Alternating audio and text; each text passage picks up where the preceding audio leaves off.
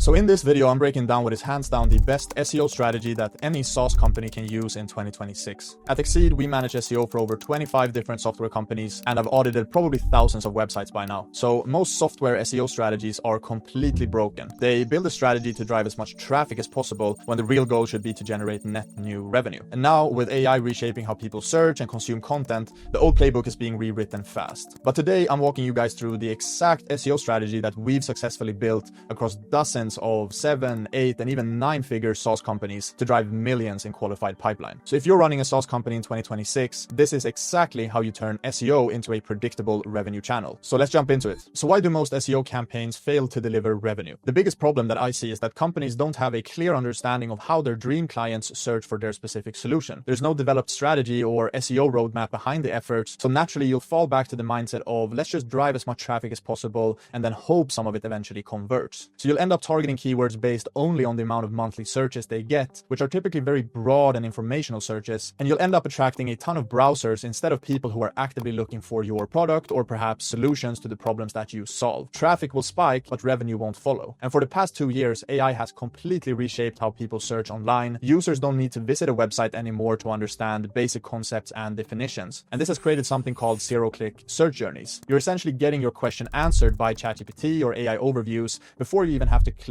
a website. So a lot of companies that relied on this informational traffic saw their organic traffic get cut in half overnight, and now they're left scrambling for answers. Well, the good news is that there's a way better way of doing SEO in 2026, and it all starts with a simple shift in mindset. So you want to move away from the idea of driving as much traffic as possible and just hoping some of it converts, and instead focus on showing up for the people that are already ready to buy and drive more revenue. And in order to build that strategy, there's a few pillars you need to cover. First, you want to understand, well, who are we trying to attract? And these are not only your clients, but your absolute best customers, your dream clients. The next step is understanding, well, what matters to these people? What type of problems are they trying to solve? And the third step is understanding, well, how do they find answers to these problems? And this will lay the foundation for your SEO strategy. So what characterizes a revenue-first SEO strategy is a lot about the content strategy, and you want to focus on showing up for the topics that signal a strong buying intent. So here we have the traditional funnel from unaware to most aware, and the people in the unaware stage are very, very far away from a buying decision. Today, AI does a great job of answering their questions, so we shouldn't focus our energy there. Instead, we should focus on the people that are researching specific problems that we solve and ultimately researching specific solutions to those problems. These are the two categories with the highest buying intent. So this is the fundamental difference. And the old playbook tended to focus on driving as much traffic as possible and targeted people in the very, very early stages of their buying journey. The new playbook is focusing on the people that are already experiencing the problems you're solving or already looking for what you have to offer. So how do we actually put this into practice to create our own revenue-first SEO strategy? The first step is to understand who's our dream client. And the best way to understand that is to actually look at your historical data. Look at the clients that historically has paid you the most money and have stayed with you the longest. And this will signal a strong and recurring need for your product. The best way to find this information is to look into your own CRM. So have a look at your existing clients, look at ARR, revenue, lifetime value to figure out who and which customers bring the most value to your business. Once you've looked into your CRM and found these type of companies, you then want to start finding specific patterns that connect them together to create your persona. It could have to do with size, even roles, etc. But what you're looking to do is find similarities and shared characteristics of your ideal client. And the next step is to understand, well, what matters to these people. And the biggest source of customer intelligence is sitting right in front of you, your own team members. So what I suggest is setting up a call with some of your sales executives as well as the support and success team. And the goal of these calls is to dive deep into your ideal client, both pre and post purchase. So when you talk to the sales team, you want to understand the buying journey. The second part is then talking to your support and success team, and then you want to talk more about the outcomes, the post purchase journey. So what you'll be able to do with these insights is understand, well, which problems are driving people to look for us, what makes them choose us over our competitors, and ultimately what are the outcomes they get from using our product. So once you've run through this exercise, you should have a good understanding of who your best customers are, what problems they care about and what problems they're looking to solve, and also how they actually talk about these specific problems. So you'll hear their own language. So now step 2 is understanding, well, how do these people use search engines to find information? So at this stage, you already have a good understanding of your who, the what, and also how they talk about these specific problems. The next step is then to take these customer insights and the meeting transcripts from your call with your sales and success teams, and then turn them into keywords that signal someone is looking to buy your software or solve a problem that you aim to solve. Something that we use to speed up this process is to turn turn these transcripts into keyword suggestions using Claude. So you could put all of the meeting transcripts into Claude and ask it to categorize it into specific topics and seed keywords that you'll use when doing the keyword research. Whether you do this on your own or you use AI tools to speed up the process, you want to focus your initial research on 4 different buckets of keywords. So we have the job to be done keywords that are built around specific problems and outcomes that your dream clients are looking to solve. We also have the product category keywords, people actively looking for your category of product. And we also have subcategory keywords, might be more related to features or specific use cases, but still extremely relevant. And the last and the most important part of this keyword cluster is competitor keywords. So these are people that are extremely aware of your product category. They're researching alternatives to your competitors, or might even be comparing 2 of your competitors head to head. And once you've done some initial research and taken your meeting transcripts into seed topics that you want to research, you can then use SEMrush, which is a great keyword research tool that we also use to then start figuring out exactly what people search for. So at Exceed, we're using SEMrush, and this is what we use to create our keyword strategies. So I wanted to show 2 specific use cases for keyword research within SEMrush, and you'll find similar features in other tools. And the first one is the keyword gap analysis. So what you can do here is analyze multiple competitors at once. You can use a ton of different filters to filter out a lot of the keywords that are most relevant to you, whether that is, low competition, high volume,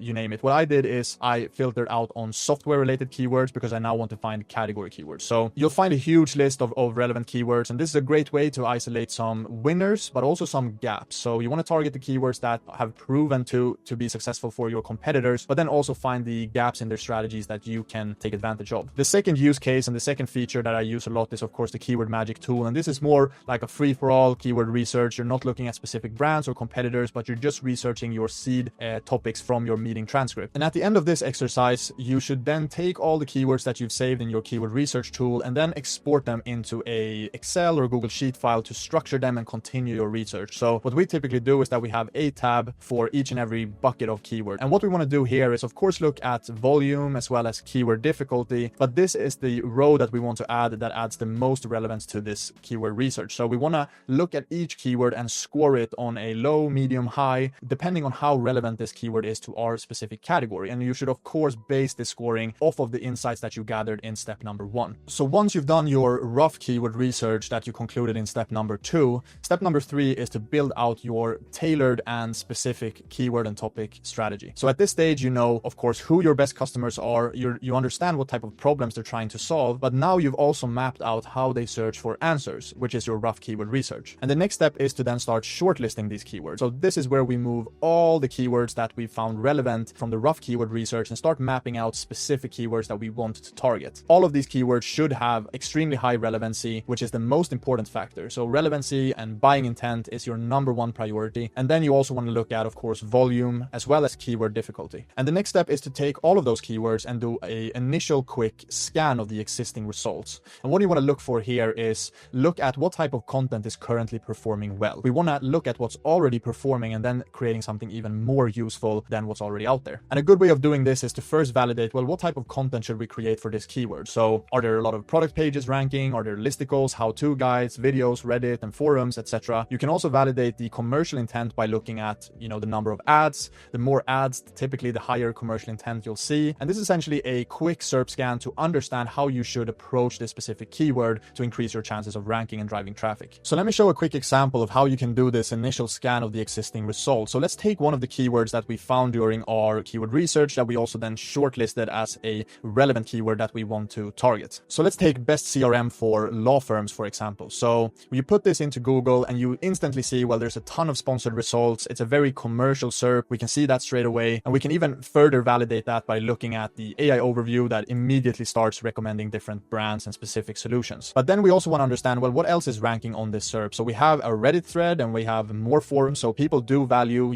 unbiased comments on what type of software that is best in this category. But then we also have, the organic listings, and we can also see YouTube videos ranking for this type of content. So here you have a ton of opportunities to show up. You can show up in the Reddit threads. You can then create your own piece of content. You can even repurpose that into a video. But the initial SERP scan here is to understand what is the content format that's performing the best. And that will tell you what people are actively looking for, because that's the whole purpose of Google, is to provide users with what they're looking for in the best format possible. So don't try to reinvent the wheel. Look and scan the existing SERP to get a good understanding of what currently is performing, and your focus should be on creating something even better. So once you've taken your shortlisted keywords and done an initial initial research around competition and the existing results, you then want to build out the content strategy for your upcoming 3 months. What keywords will you target? So you want to include, of course, the main target keyword, the volume, the difficulty, and which stage of the funnel are these searchers, and ultimately based on that initial SERP scan and looking at the existing results, what type of content will we create for this topic? And something also very useful to include is a quick rationale. That's super important, and always tie it back to the insights you gathered in step 1 and 2. And the next step is, well, creating content that stands out. And that's harder than ever. With AI now spitting out a ton of content, a lot of it is surface level and just repeating what everyone else said. So this actually creates a huge opportunity to create content that sticks out in a mass of very generic stuff. And the first thing you want to do here for each and every keyword that you're going to target is to do a deeper SERP analysis. So now you're not only looking at the kind of content types and validating that search result, but you're actually diving deep into the top 5 competitors. We already know that a listicle is the best content type that satisfies the search intent. We also find a ton of videos ranking on Google. So we might even repurpose the listicle into a YouTube video later on, but let's start with the owned content and our own blog first. And since we're creating a listicle, we want to analyze the other listicles that are ranking in the SERP. So take these out and have a read through and look at what they're doing good, but also look at what they could do better and the potential gaps that you're seeing. So you want to emphasize and build upon what they're already doing well, but then also take advantage of the gaps that you're seeing to create a more useful piece of content. It all comes down to creating a piece of content that's more helpful and more useful than anything else that's currently ranking today. So now you've done a deeper SERP analysis and looked at the competing results for your specific query. The next thing I want to cover is some general mistakes we're seeing in content creation, especially for SaaS companies. So one of those is using unspecific claims. So an example of this is our CRM streamlines relationship management. Well, then we want to understand, what do we mean by streamline? It's a typical buzzword,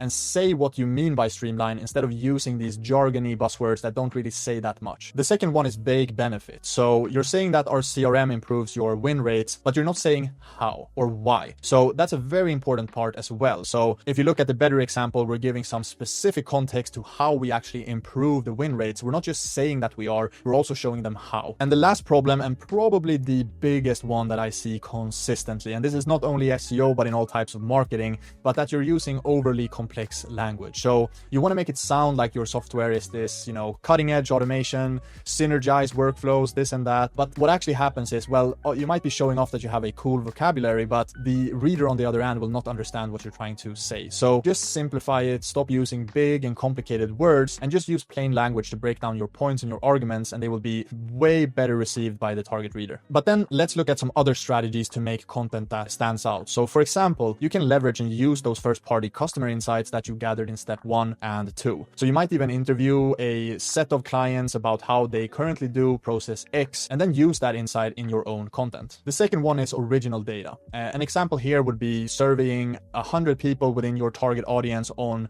a specific process that you help them improve, and then you can use those findings in your content as well. And this could be, survey data, but you could maybe also look at your product data and see if you can make any arguments or conclusion based on that. The third one is, well, if you don't have any original data yourself, then you can take multiple third-party data points and create your own analysis. So you could take a data point from here, another one from there, and you analyze them together to create a new data point, which is then useful to your readers and useful to the arguments that you're making in your content. The fourth one is subject matter expert input. So you probably have someone on your team who is extremely knowledgeable about the category in which you operate in. Don't hesitate to reach out to that person, even for specific articles where you believe their input would be valuable. And then you can weave that into your content as a specific anecdote within that topic you're covering. Last but not least, customer case studies and examples. You probably have a library of case studies on your website already, but don't be afraid of using them in your blog content and SEO content as well. It's a great way to strengthen your arguments if you can show specific examples of other clients who have achieved a similar outcome. So up until this point, we've talked about how to gather customer insights and how to turn those insights into a keyword strategy, and ultimately how to create unique and helpful content that stands out from the crowd. Step number 5 is all about what happens outside of your own website and building third-party authority. So of course, what you say about yourself matters a lot, but what other people and other trusted sources say about you matters equally as much. There's a couple of ways to drive this third-party validation and make other people talk about your brand. We have the traditional backlinks, meaning the blue links when some publishers within your category link back to your content on your site. And there's a couple of ways of getting these. So you could either reach out and offer a guest post in exchange for a link back. You could also just do a one-on-one link exchange between yourself and another domain, but you could also engage in brand mention exchange. And then of course, the absolute best strategy out of all of them is that you don't have to reach out to anyone, they're coming to you. And the only way to achieve that is to follow the steps outlined before around creating high quality, unique content. Because if you do that, and if you do that consistently, you'll organically receive backlinks from other authoritative players and domains within your niche. So if you create content that stands out, you share some data points that never have been shared anywhere else, you will attract a lot of organic backlinks. And this is of course the best way to build your third-party authority and drive more visitors and more authority to your site, is to create content that's worth linking back to and referencing. So up until this point, we've talked a lot about creating content and building your offsite presence to drive authority and showing up more in search engines. Now I want to turn your attention back to the basics, and these are the fundamental aspects of SEO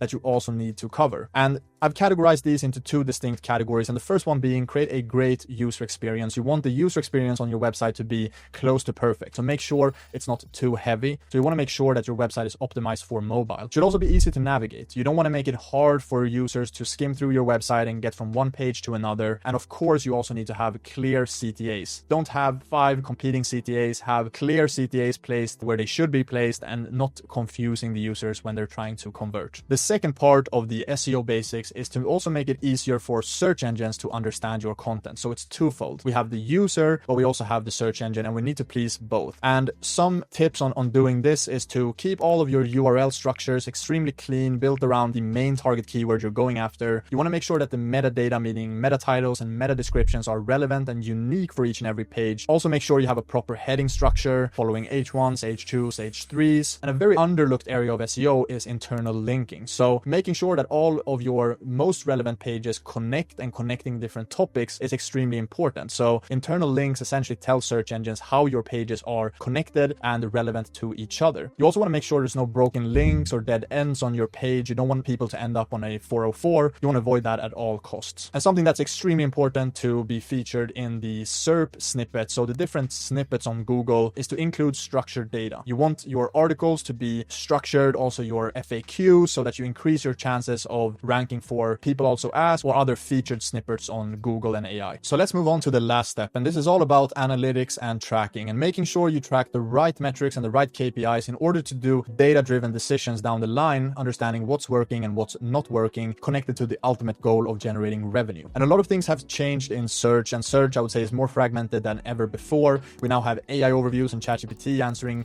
questions without anyone have to click. People also find information on Reddit, review sites like G2, Capterra. There's a lot of different touch points that happen not on your website that are extremely hard to track. So what you'll see in GA4 is the last click conversion data, which will be labeled direct traffic, but you won't be able to see everything that happened before that conversion. And this is what we call the dark funnel. It's hard to track and it's really, really hard to measure. And the best fix that we've found for this problem is not to try to build crazy, complicated attribution models, trying to understand every single touch point in every single channel, because that's just impossible. And the best and simplest way to fix this problem is to simply ask your customers. When they're booking a demo, when they're signing up for your product, simply just ask them, where did you hear about us? Oftentimes they won't remember every single touch point, of course, but they will most likely remember the most impactful touch point, and that's extremely important. So you can pair that with the data you have in GA4 to understand, okay, in which source did they ultimately convert, or what was the touch point before that influenced that decision the most. These are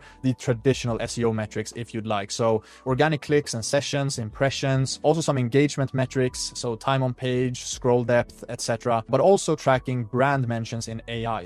But this is an extremely important metric as well. You want to understand how often you're recommended in AI and how you're talked about in AI. But then we have the hard KPIs, and of course our revenue first mindset is all about tracking, demos, trials, ultimately all SQLs that are generated through search, how that then turns into qualified pipeline, ultimately how that pipeline then turns into new customers and revenue. And the best part here is that if you include this self-attribution model, you will be able to track that journey way better than just relying on GA4 and last click data. So I highly recommend including like a self-attribution form in your conversion funnel to understand the touch point that influenced them the most. So you've just seen the exact 7-step framework that we use to turn SEO into a predictable revenue channel for our clients. But if you want to see how these principles play out in the real world and how the SEO landscape is shifting in 2026, click this video right here to watch the next video on the future of SEO. In that video, my co-founder Joseph is breaking down the 3 biggest shifts that you need to be aware of to stay ahead of the curve and to actually have SEO be a meaningful marketing channel for your company. I'll see you over there.